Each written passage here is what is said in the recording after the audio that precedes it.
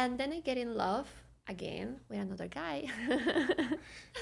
At the same time, or No, no, no? no, no. Okay. Time passed like probably like 8 years All later, right.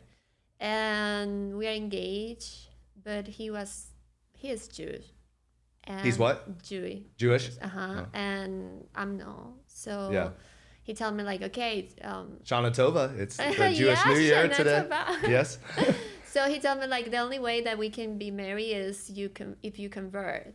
Oh wow. And I was, and what is about that? I mean, like how it is. So he explained me, and sounds like kind of easy. And then I have an interview with a rabbi, and I start to feel like very connected with the religion because it's very family oriented. And my parents are from Portugal, so Portuguese community is very very like family is so important, and it's something that I was missing here in Miami because my parents there are not living here. I came here by myself, so I started to feel like this connection with the religion, and a point that I moved to Israel.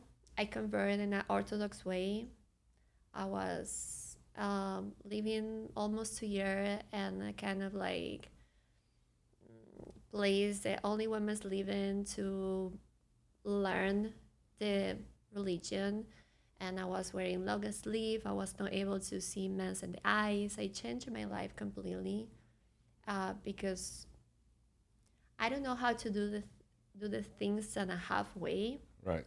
I always like You're either all in or you're not. yes. Yes. I don't know if it's good or not, but it's who I am. Yes. So, well, I was very immersed of the religion, and then I convert and then come back, and his family don't accept me because for them you need to be like born as a Jew.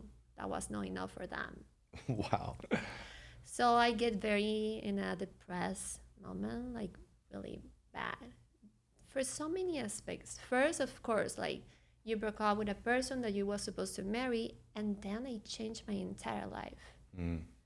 And I was living a convert life, try to get into in a community. They reject me because I was not born as Jew. And I found myself like lost.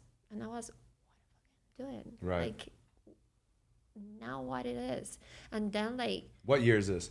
like probably like 10 years ago. Okay. So I was very, very bad.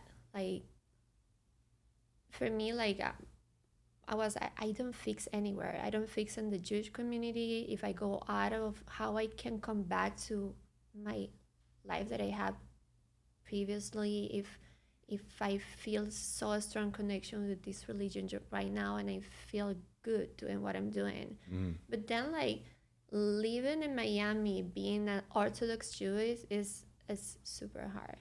Yeah. First, it's hard to work because not so many. Now I think so a little bit.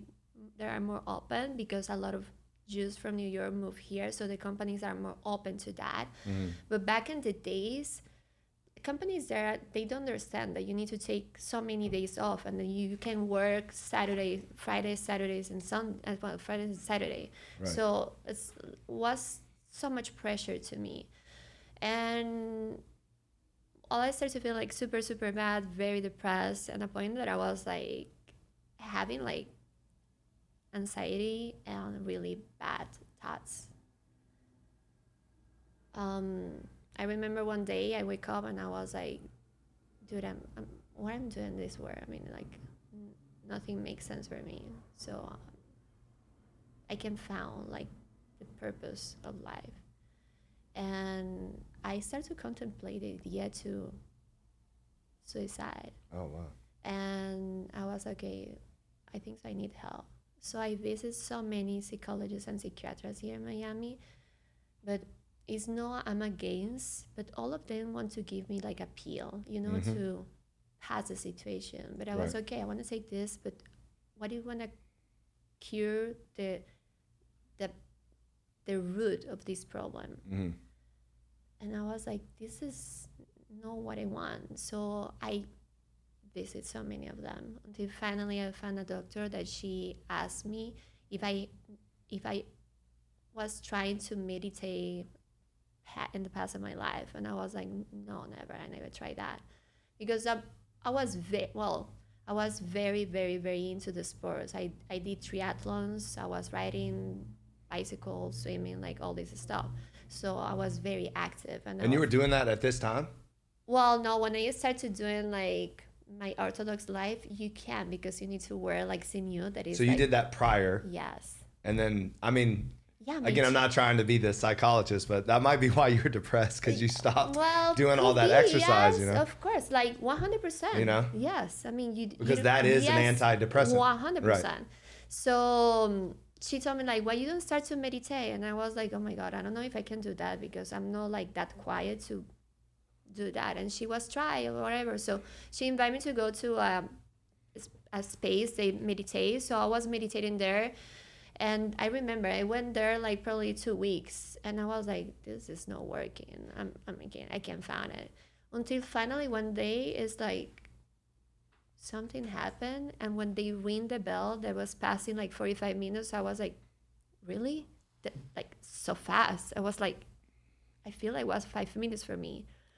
So I started getting very into that. And I tried to read and study more about the benefits of meditation and how it works in your brain.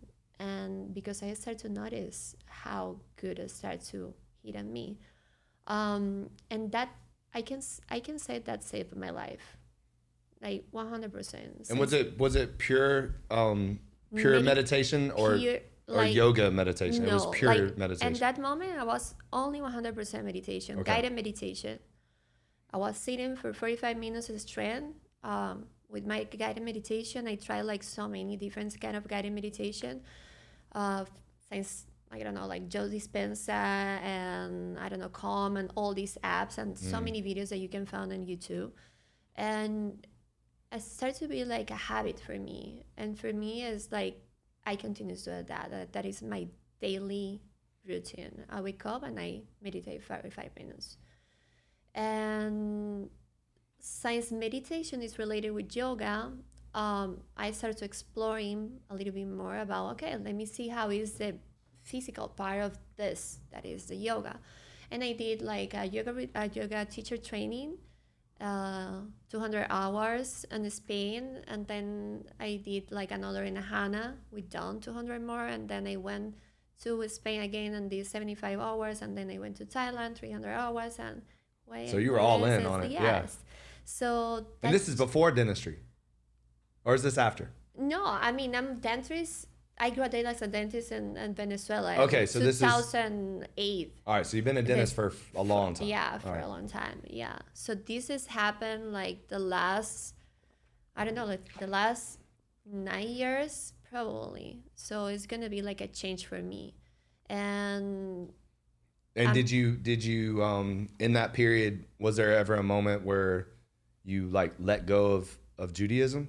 Well, yes, in a point, then I started to understand that, I don't know, like I was trying to fix in a place that I was not meant to be. And I think so the beliefs that you have in your mind and you have in your heart, you can carry with them without being accepted with a society. So I truly believe there is something bigger than me. And I very respect all the religions, and in a kind of way, like I feel like they are all the same with a different roots and a different perspective. But I'm more open to that, and was good for me. I mean, it was a good background. Now I understand, and I'm able to figure out and understand the behaviors of the people where they came from, depend of which religions they are. They think and act in different ways. Right. So was a really nice experience for me.